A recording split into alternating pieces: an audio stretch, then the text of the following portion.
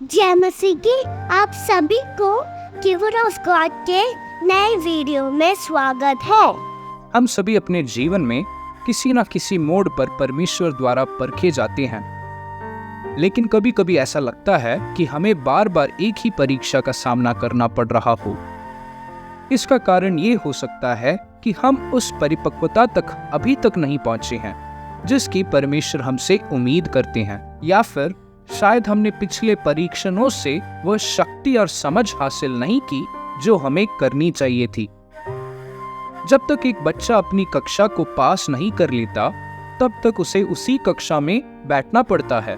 ठीक उसी तरह जब तक हम अपनी परीक्षाओं में वह परिपक्वता मैच्योरिटी हासिल नहीं कर लेते, तब तक वह मुसीबतें और परीक्षाएं हमारे जीवन से नहीं जाएगी। आज का ये वीडियो उन लोगों के लिए बहुत फायदेमंद रहेगा जो ये सोचते हैं कि उनके जीवन में ये परीक्षा, ये मुसीबत कब खत्म होगी। आइए उन कुछ बातों पर ध्यान दें जो तब होती है जब परमेश्वर हमें लगातार परीक्षा में डालते हैं। इस्राएल की रेगिस्तान की यात्रा में उन्हें पानी खोजने में कठिनाई का सामना करना पड़ा। जब वह रेगिस्तान से गुजर रहे थे तो यह स्वाभाविक था कि उन्हें पानी और भोजन की कमी महसूस हो। दिलचस्प बात यह है कि परमेश्वर ने उनके भोजन के लिए एक स्थायी व्यवस्था कर दी, एक परमानेंट सॉल्यूशन दे दिया। परमेश्वर ने सबत को छोड़कर उन्हें हर दिन मन्ना प्रदान किया, लेकिन पानी के लिए कोई समाधान नहीं दिया जो परमानेंट हो। मैं आपसे पूछना चाहता हूँ, इस्राएलियों के लिए इस रेगिस्तान में अधिक जरूरी क्या है, भोजन या पानी?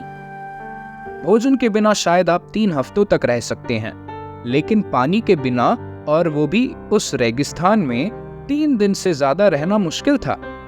परमेश्वर चाहते तो रोज बारिश कराकर इस्राएलियों की प्यास बुझा सकते थे, जिससे वह शिकायत करना भी बंद कर देते, लेकिन परमेश्वर ने ऐसा नहीं किया।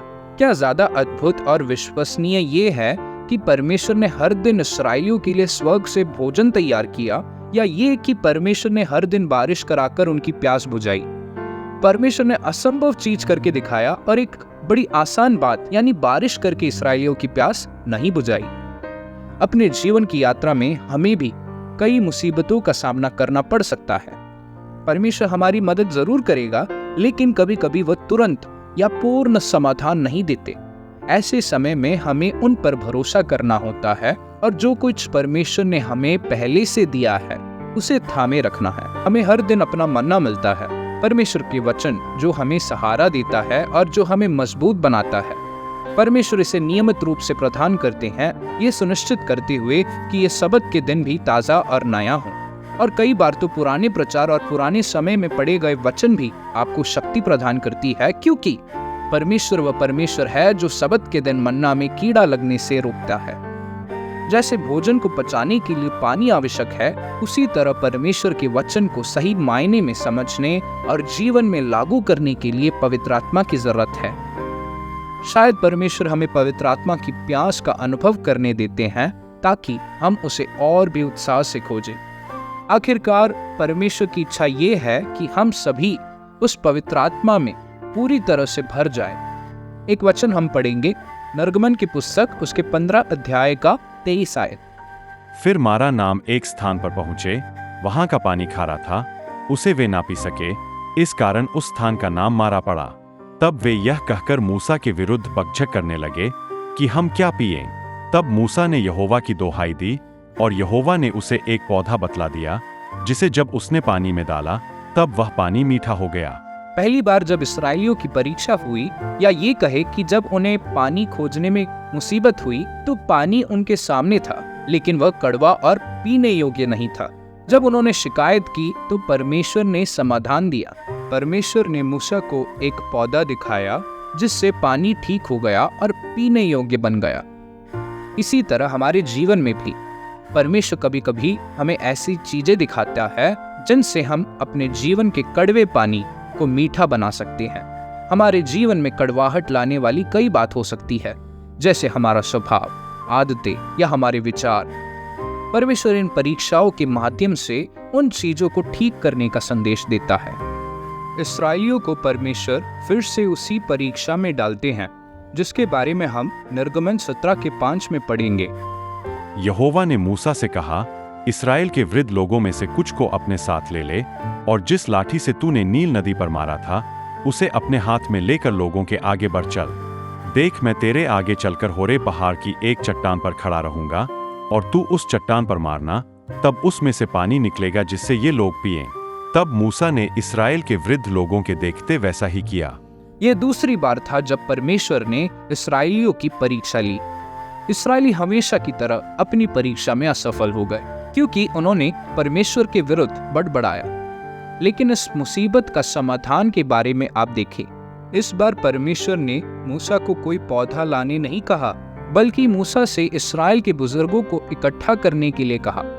इससे पहले परमेश्वर ने केवल मूसा को ही समाधान दिखाया था, लेकिन इस बार परमेश्वर ने कुछ बुजुर्गों को गवाह बनने, या बेहतर कहे तो समाधान का हिस्सा बनने का मौका दिया। परमेश्वर ने उन्हें चट्टान के चारों ओर इकट्ठा किया और पानी प्रदान किया। हम गिनती के पुस्तक उसके 20 अध्याय के 8 आयत में भी देखते हैं, इस्राएली फिर से यही परीक्षा से गुजर रहे थे। उनको पानी नहीं मिल रहा था। यहाँ परमेश्वर ने मूसा को निर्देश दिया कि वह इस्राएल की सभा को इकट्ठा करे और चट्टान से बात करे, और ये कि वो चट्टान पानी प्रदान करेगा। अभी आप पूछ सकते हो कि परमेश्वर बार बार हमें एक ही सिचुएशन से क्यों ले जाता है, एक ही टेस्ट से क्यों ले जाता है, एक ही परीक्षा से क्यों ले जाता है। ऐसी कई वजह है जिनके कारण परमेश्वर हमें लगातार परीक्षणों से गुजरने की अनुमति देता है। सबसे पहले परमेश्वर चाहता है कि परमेश्वर के लोग आत्मिक तौर पर आगे बढ़े। पहले परीक्षण के दौरान परमेश्वर ने मूसा को इस्तेमाल किया, दूसरे में इस्राएल के कुछ बुजुर्गों को आगे लाया। अब तीसरे परीक्षण में इस्राएल की पूरी सभा एकत्रित हुई, जिसमें मुख्य रूप से प्रत्येक गोत्र और परिवार के प्रतिनिधि शामिल थे। दूसरा, परमेश्वर चाहता है कि हम उसे और बेहतर जाने। प्रत्येक परीक्षण के माध्यम से हम परमेश्वर की प्रकृति की गहरी समझ प्राप्त करते हैं। जैसे जैसे हम चुनौतियों का सामना करते हैं, हम परमेश्वर के बारे में और अधिक सीखते हैं। आपने कई मैसेजेस सुना होगा या प्रचार सुना होगा जहां वो बताते हैं कि वो चट्टान पर प्रहार करना और चट्टान से बात करना मसीह के क्रूस पर चढ़ने का प्रतीक है। इसलिए हमारे परीक्षणों के माध्यम से परमेश्वर वास्तव में हमें अपनी प्रकृति, अपना स्वभाव को दिखाता है। वह इन समयों के दौरान खुद को हमारे सामने प्रकट करता है। इस प्रकार परमेश्वर की निरंतर परीक्षाएं हमें आध्यात्मिक रूप से बढ़ने और उसकी प्रकृति की गहरी समझ विकसित करने में मदद करती है। तो सवाल उठता है, ये निरंतर परीक्षाएं कब खत्म होंगी? कब जाकर हम परमेश्वर को समझ पाएंगे? परमेश्वर हमें कब परखना बंद करेगा? इसका उत्तर शायद गिनती के पुस्तक उसके 21 अध्याय के 16 और 17 में छिपा हुआ है। फिर वहां से कूच करके वे बैर तक गए। वहां वही कुआं है जिसके विषय में यहोवा ने मूसा से कहा था कि उन लोगों को इकट्ठा कर और मैं उन्हें पानी दूंगा। उस समय इस्राएल ने यह गीत गाया कि हे कुएं, उबल आ, उस कुएं के विषय में गाओ। यह वाक्य हमें बताता है कि परीक्षण तब तक नहीं रुक सकता जब तक इस्राएल के सभी लोग बड़बड़ाना बंद करके परमेश्वर पर भरोसा करना शुरू ना कर दे। इस्राएलियों ने एक कुआं देखा और पानी ना मिलने पर बड़बड़ाने के बजाय स्तुति गीत गाने लगे। उन्होंने कुएं में पानी उभर आने के लिए गीत गाया और उस क्षण से उन्हें पानी की समस्याओं का समाधान मिल गया। आप अभी भी परमेश्वर से सवाल कर सकते हैं, हमें क्यों कष्ट सहना पड़ा? हमने इस सब से क्या सीखा? इस सवाल का उत्तर हम गिनती के पुस्तक उसके 21 अध्याय का 22 आयत में पढ़ेंगे। तब इस्राएल ने एमोरियों के राजा सीहोन के पास दूतों से यह कहला भेजा कि हमें अपने देश में होकर जाने दे। हम मुड़कर किसी खेत व दाख की बारी में तो ना जाएंगे, ना किसी कुएं का पानी पिएंगे, और जब तक तेरे देश से बाहर ना हो जाए तब तक सड़क ही से चले जाएंगे। हो सकता है कि परमेश्वर आपको इन परीक्षाओं में इसलिए डाला ताकि आप कुछ बातों को सीखें, ताकि आप दुश्मन से ये कह सके, हे दुश्मन, मुझे तुम्हारी दाखलताओं और तुम्हारे भोजन या तुम्हारे पानी की जरूरत नहीं है, क्योंकि मैं एक ऐसे परमेश्वर को जानता हूँ जो ये सब चीजें प्रदान कर सकता है। वो कड़वे पानी को मीठा बना सकता है। वह चट्टान से पानी निकालने में सक्षम था। वो हमें रेगिस्तान में भोजन दिलाने में सामर्थी था। इसलिए हमें तुम्हारे भोजन या पानी की आवश्यकता नहीं है। हम स्वतंत्र हैं, भले ही तुम हमारे रास्ते को रोक दो। हम लड़ेंगे और जीतेंगे क्योंकि हमारा परमेश्वर हमारे साथ है। परमेश्वर हमें परीक्षणों के माध्यम से सामर्थी बनाना चाहता है ताकि हम अंततः दुश्मन के सामने ऐसे साहसिक घोषणाएं कर सके।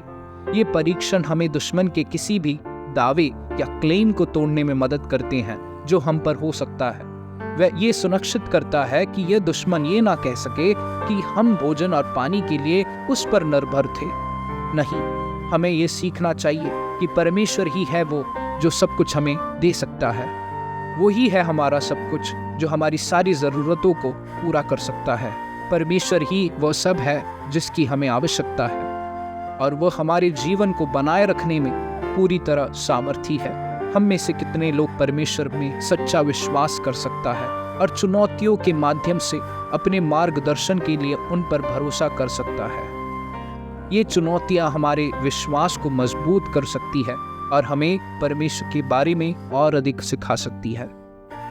एक जगह है जहां परमेश्वर लगातार लोगों की परीक्षा लेता है और वो जगह और कोई नहीं बल्कि परमेश्वर का तरकश यानी गिवर ऑफ गॉड है। इन वचनों से आप सभी को आशीष मिले। धन्यवाद।